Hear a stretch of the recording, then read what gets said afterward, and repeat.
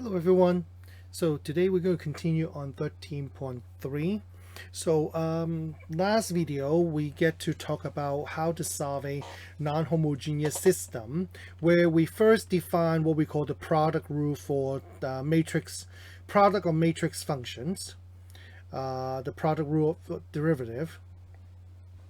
And then we learned theorem 13.3.2, which gives us a way to calculate the particular solution of a non-homogeneous system of differential equation, which is a quite involved process because we have to first find the matrix exponential, then you have to find the inverse of that, which is easy because you just basically negate, and then multiply by vector b, then integrate, then multiply by e to ta, and that forms just one part of the solution. And then you have the homogeneous part that you have to combine together to form your general solution. So we go through a derivation. We did an example. You get to see like how much work is involved in this case to come up to this solution at the end. But you know, if you think about it, it's not all that bad. Once you have the matrix exponential, then you could really just go through the process. It's a little long, but you know, it's not anything new that you haven't done before. You know, it requires you to know how to take the matrix multiplication, just know how to integrate, and then another matrix multiplication, and so on and so forth. So now move on to the next type of questions that you run into. What if, let's say in the case where A of t is not a constant matrix,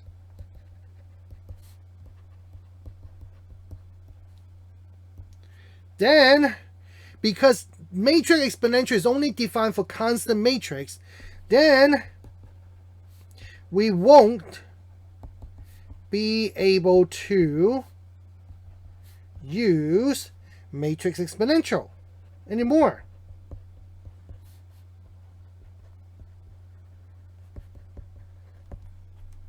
So, does that mean that we are stuck? Well, no, we just have to find an alternative for matrix exponential, but for a non-constant matrix A.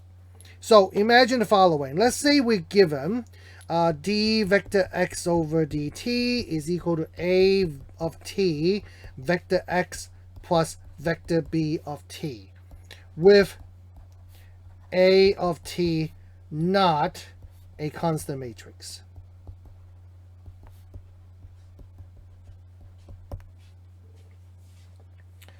Then how do we go about doing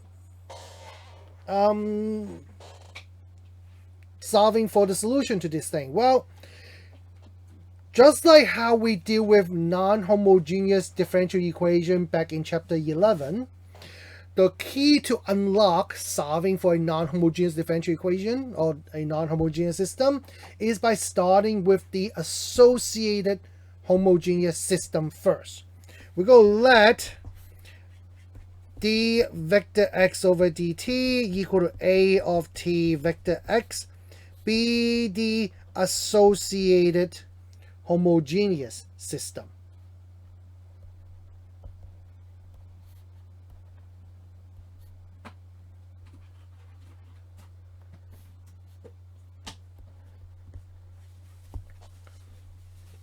And let's say this homogeneous system has solution.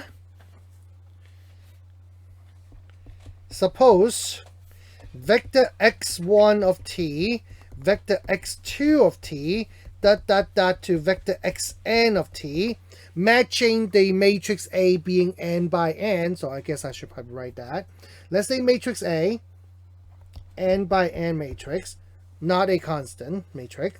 Let's say we have vector x sub 1, vector x sub 2, vector x sub n are solution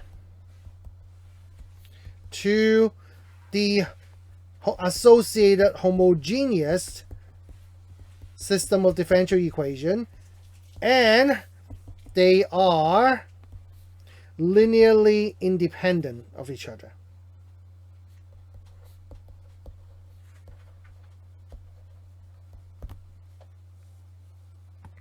Then what we can do is to use this set of solution to help us form the solution of the non-homogeneous system by letting this set of vectors form a matrix that would place the row of the e to the TA in theorem 13.3.2. We will form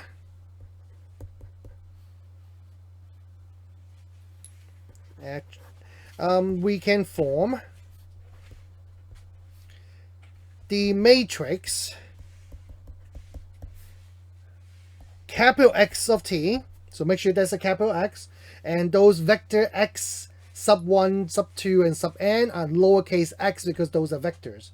So lowercase represent vector, capital K's represent matrices, and of course lowercase letter have an arrow on top to indicate their vector.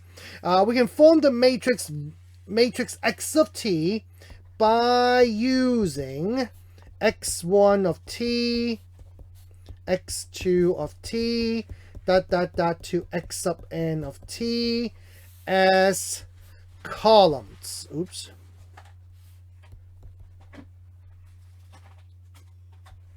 So very important is that you form this matrix capital X using columns. Matrix X of t is often referred to as a fundamental matrix of the system.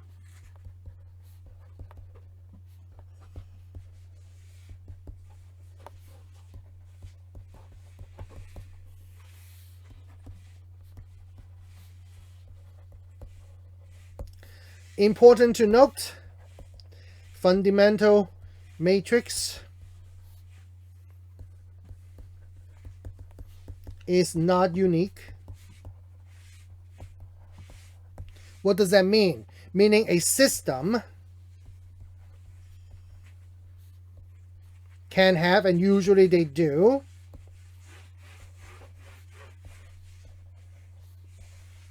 multiple fundamental matrices. Why? Simply because when you form the matrix, form the fundamental matrix, it doesn't have to go in any particular order with the solution to the homogeneous system. So therefore, at the very least, you can just simply rearrange those vectors differently to form a matrix, and therefore will have at least n factorial that many different combinations that you can choose from. Now, to show you the idea, let me show you this example.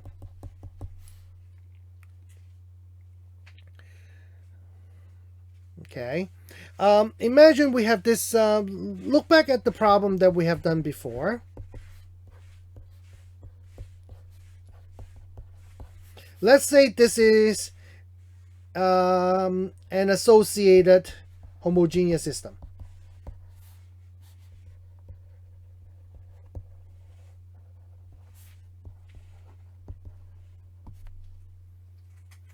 And what I'm going to do is I'm going to show you the following. I'm going to say, I'm going to let vector x sub 1 to be equal to e to t 0 t. And let's say vector x sub 2 is equal to t e to t e to t. I'm going to actually go and, let's see, show that they are both solution to this associated homogeneous system.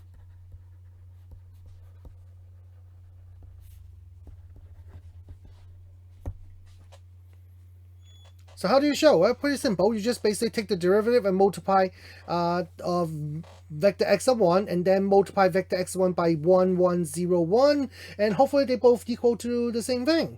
So let's see if we can do that. So I'm going to take the derivative of x sub 1, so that will be taking the derivative of e to t 0, and that would come out to be just e to t 0. And if I take the matrix 1, 1, 0, 1, multiply by e to t 0, I do get e to z 0, because e to t plus 0, and then 0 plus 0. So therefore, they match. And now I can do vector x sub 2 And I'm going to do basically the same thing. Take the derivative of t e to t e to t. So if I take a derivative of t e to t, that is a product. Therefore, I do need to use product rule when I differentiate. So therefore, it will be t e to t plus e to t. And on bottom, which is just e to t. So now the question is, what happens if I take the product of this thing? And what do I get? Well, then we'll get t e to t plus e to t. And then 0, 1, dot product t to e to t will be just e to t. And note that that does equal to what's on the other side also. So now that we know these two solutions, now I can actually form two different fundamental matrix.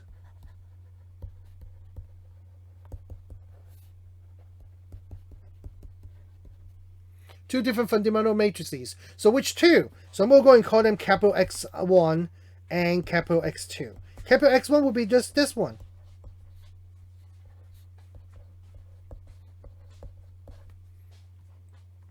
And capital X2 will be this one.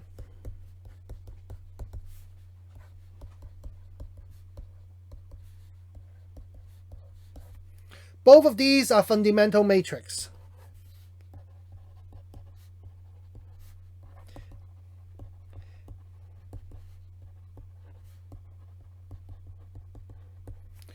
And some of you might actually recognize the first one and say, wait a minute, wasn't the first one the matrix exponential e to ta? And you are correct. This is actually equal to e to the ta, which basically implies the following. Matrix exponential e to ta is basically the fundamental matrix. Oops.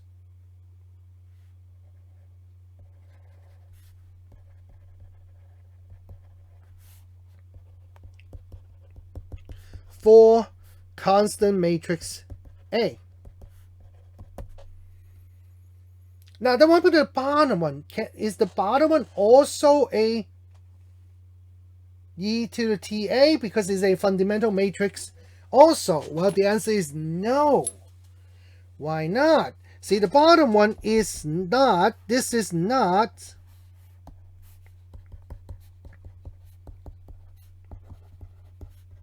a matrix exponential.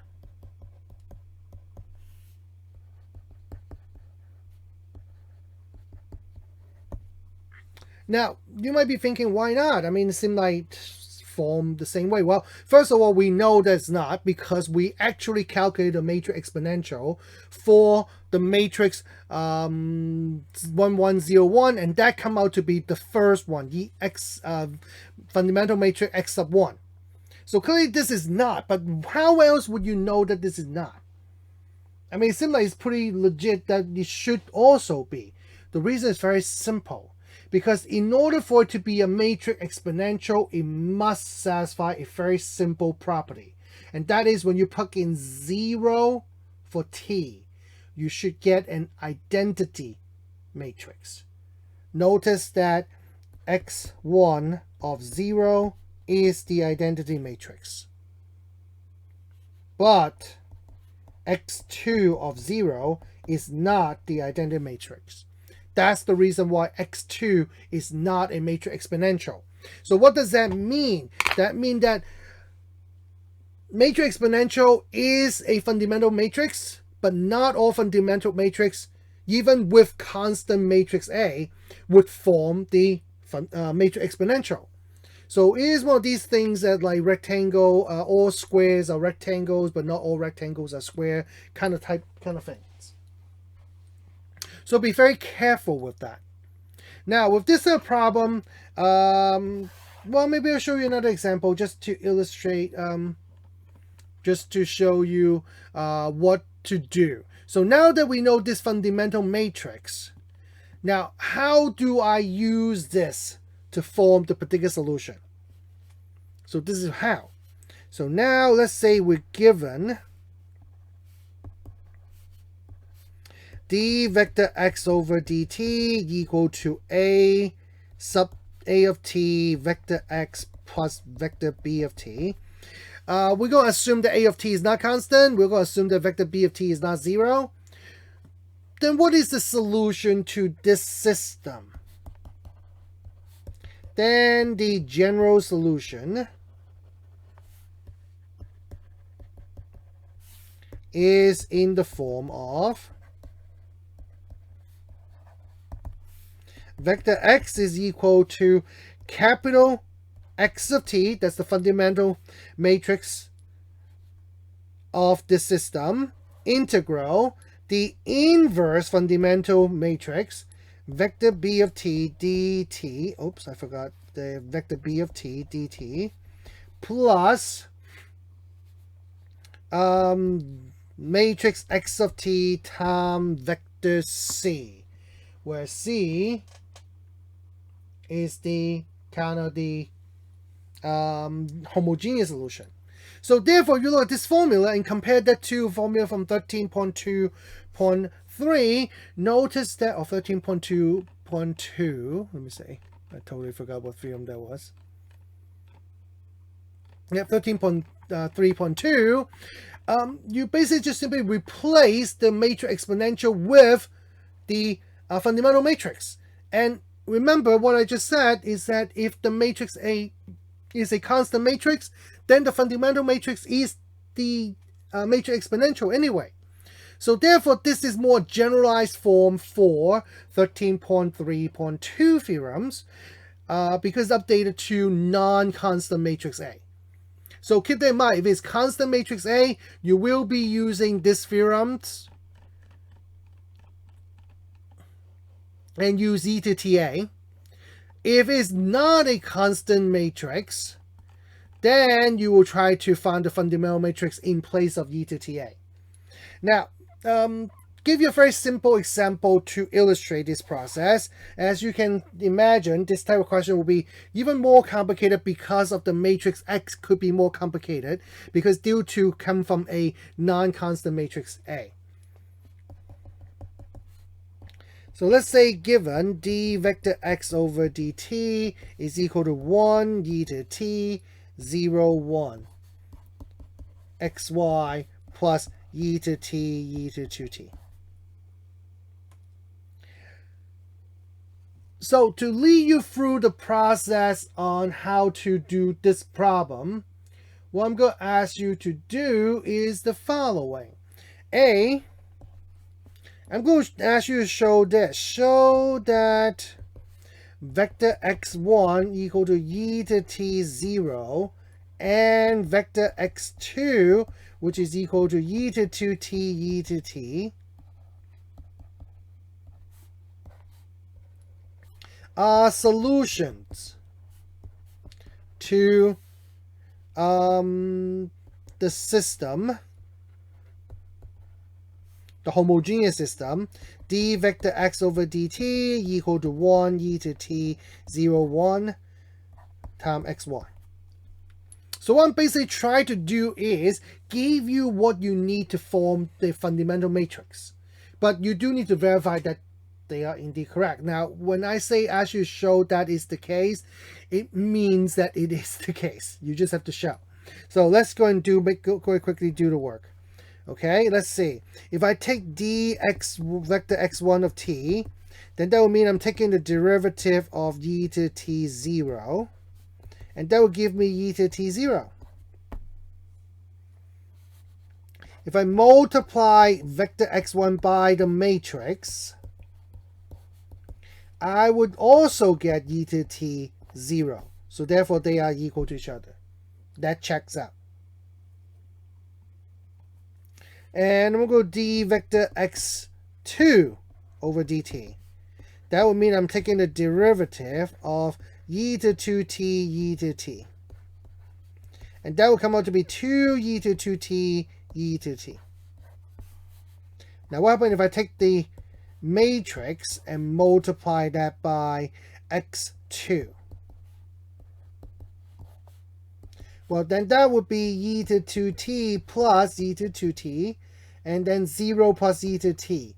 So that come out to be 2 e to 2t e to t, which is exactly what that is also. So therefore, this is pretty good. That shows that both of these are solutions. So now the next question is, how about form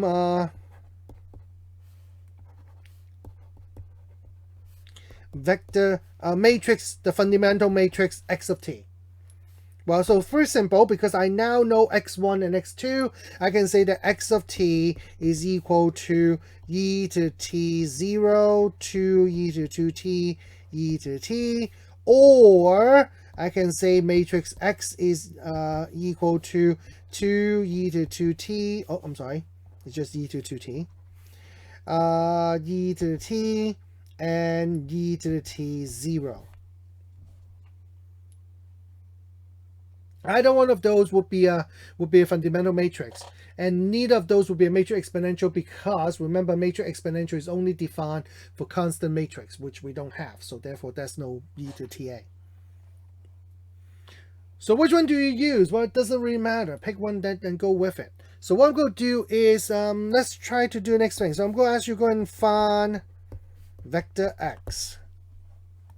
So what is vector x? So according to what we know about fundamental matrix, it will be fundamental matrix of t, integral of the inverse fundamental matrix, vector b of t, dt, plus the fundamental matrix of t multiplied by constant vector c.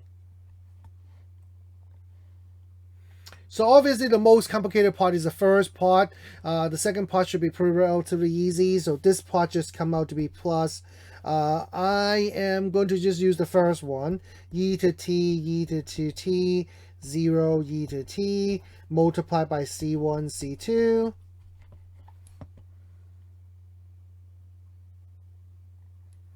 Which technically speaking just become c1 e to t plus c2 e to 2t and c2 e to t.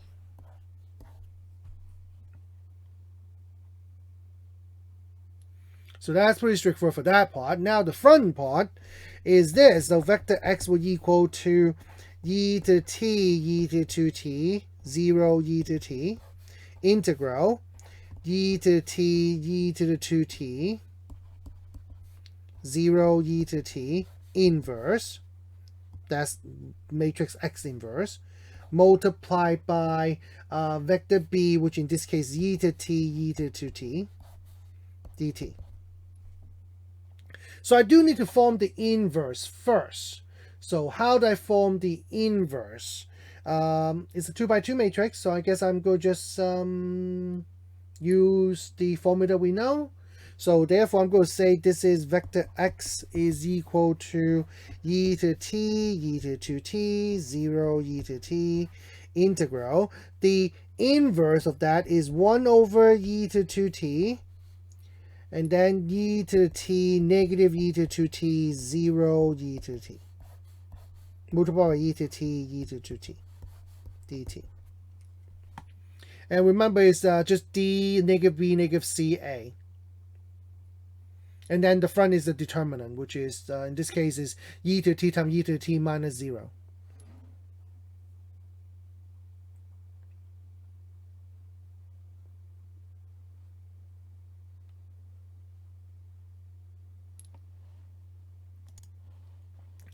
So I guess I see no reason why we can't just continue. So let's keep going.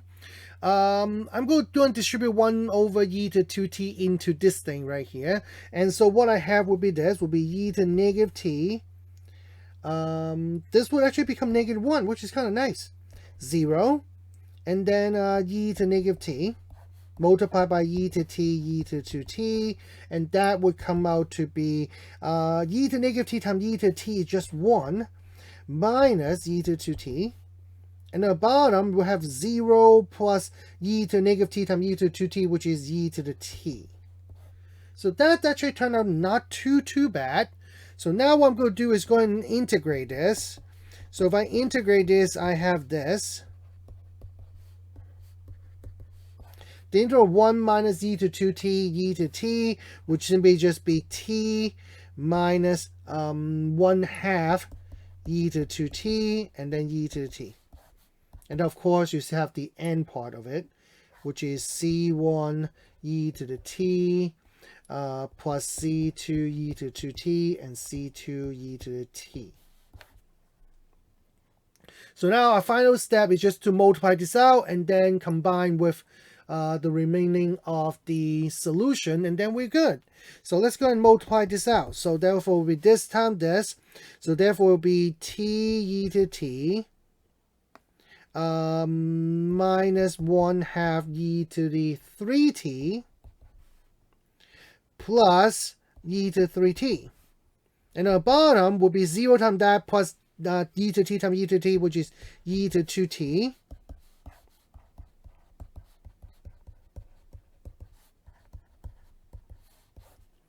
So seems to me that these two terms actually combine into 1/2 e to 3t. So therefore, it seems like we have an answer. So our answer will be the following. Vector x would actually equal to C1 e to t plus C2 e to 2t plus 1/2 e to 3t plus t e to t. And the bottom would just be C2 e to the t plus e to the 2t.